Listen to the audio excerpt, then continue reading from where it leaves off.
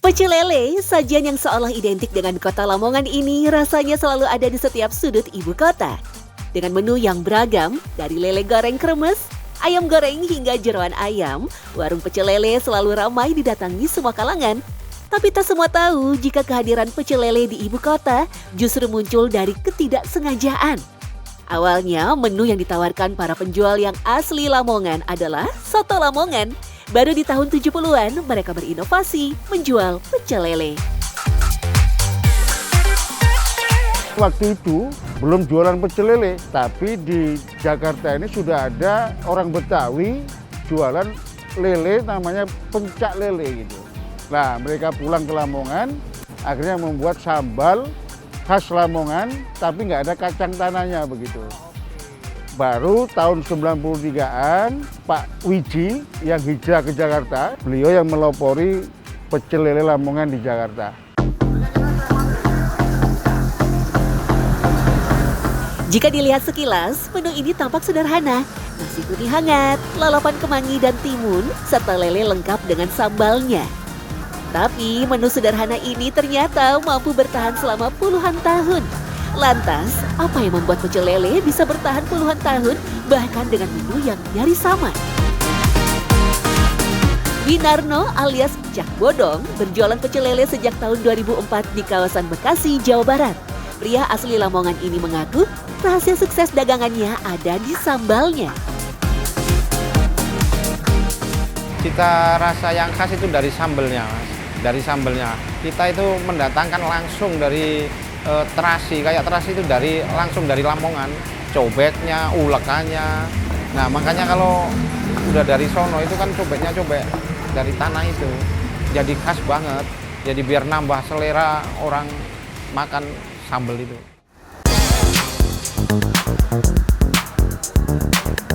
Usut punya usut, rasa yang dihasilkan cobek tanah liat akan berbeda dengan cobek batu.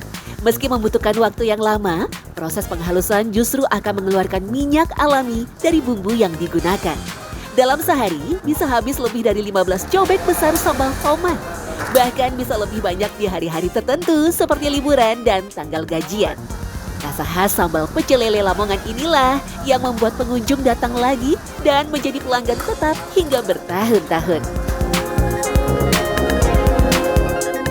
Sambalnya tuh pedes, gurih, termasuk untuk yang saya kurang suka pedes pun masih bisa diterima gitu.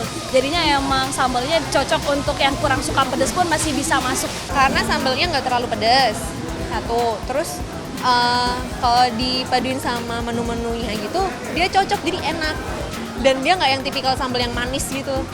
Mau dia udah pindah ke beberapa tempat pun juga sambalnya tetap sama. Jadi nggak ngilangin cita rasanya. Sambal pecel lele Lamongan memang khas menggunakan wijen dan kacang tanah. Dua bahan inilah yang membuat aroma sambal pecel lele Lamongan tercium sangat wangi dan menambah selera makan. Rahasianya, kedua bahan tadi harus disangrai terpisah sebelum dicampurkan dengan bahan lain. Wijen termasuk salah satu bumbu pertama dalam peradaban manusia. Biji-bijian ini akan bermanfaat secara maksimal jika diambil minyaknya dan dihaluskan. Selain kedua bahan khas tadi, cita rasa sambal khas Lamongan tentu saja ditentukan oleh proses dan penggunaan rempah yang berkualitas. Bawang merah, bawang putih, cabai rawit yang fresh, terus bawang putihnya digoreng kering, soalnya kalau digoreng basah kurang enak. Kacang sama wijennya disangrai, kalau digoreng minyak kan kurang gurih. Dari tangan dingin Tatiklah lahir racikan lele dan ayam yang legit.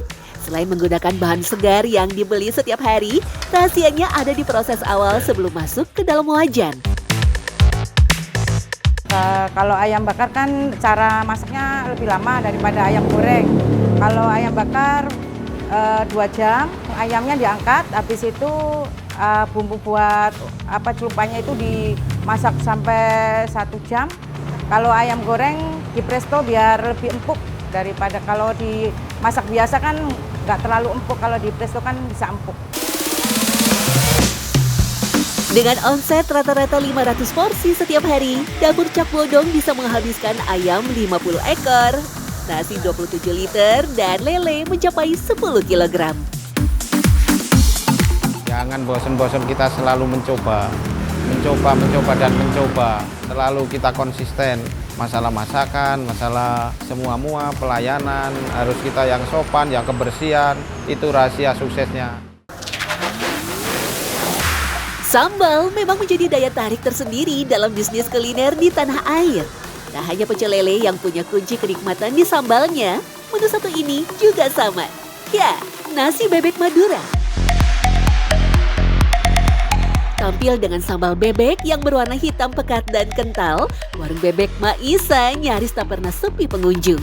Para penggemarnya biasa menyebut menu ini dengan bebek sambal ireng alias sambal hitam. Sekilas sambal ini seperti bumbu rempah biasa.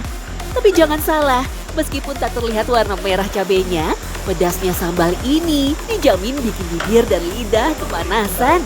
Sebenarnya, apa rahasia sambal ireng bebek Maisa? Rumah makan yang sudah eksis lebih dari 30 tahun ini bisa dibilang sebagai salah satu pionir munculnya kuliner bebek goreng asli Madura di Jakarta. Yang awalnya hanya berjualan 2 ekor bebek tiap harinya, kini bahkan warung yang berlokasi di Jakarta Timur ini bisa mengolah sampai 400 ekor bebek. Dalam sekali masak, satu kuali jumbo ini bisa menampung hingga 160 potongan daging bebek atau sekitar 20 ekor bebek utuh. Jika dilihat dari racikan bumbu dan rempah yang dipakai, terbilang biasa saja, sama seperti bumbu bebek atau ayam goreng pada umumnya. Proses ungkepnya pun cukup sederhana, potongan daging bebek direbus dengan racikan bumbu-bumbu dasar. Hanya saja takaran bumbunya benar-benar berlimpah.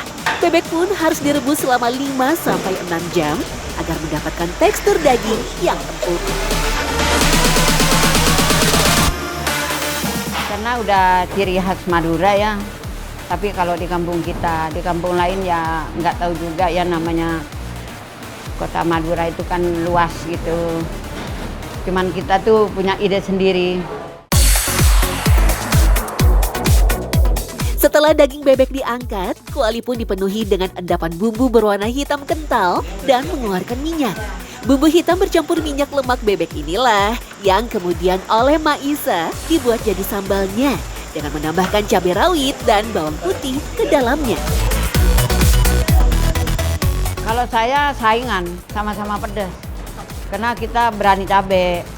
Minimal cabai itu sekian gitu. Bagian ini sekian gitu.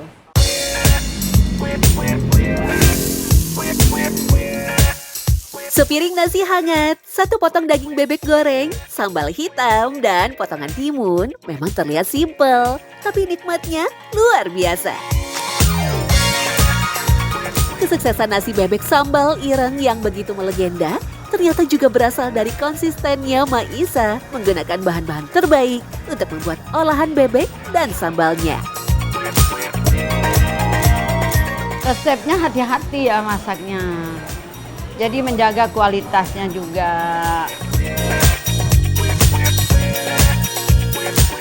Sambal yang unik, khas dan pas di lidah tentu saja menjadi kesan tersendiri di hati para konsumen. Dan inilah yang biasanya membuat pelanggan kembali lagi, bahkan hingga bertahun-tahun kemudian. Tapi untuk menjaga kepuasan pelanggan, harus ada konsistensi rasa dari setiap masakan dan menjaga kualitas bahan. Seperti yang dilakukan warung pecel lele Lamongan dan bebek Maisa.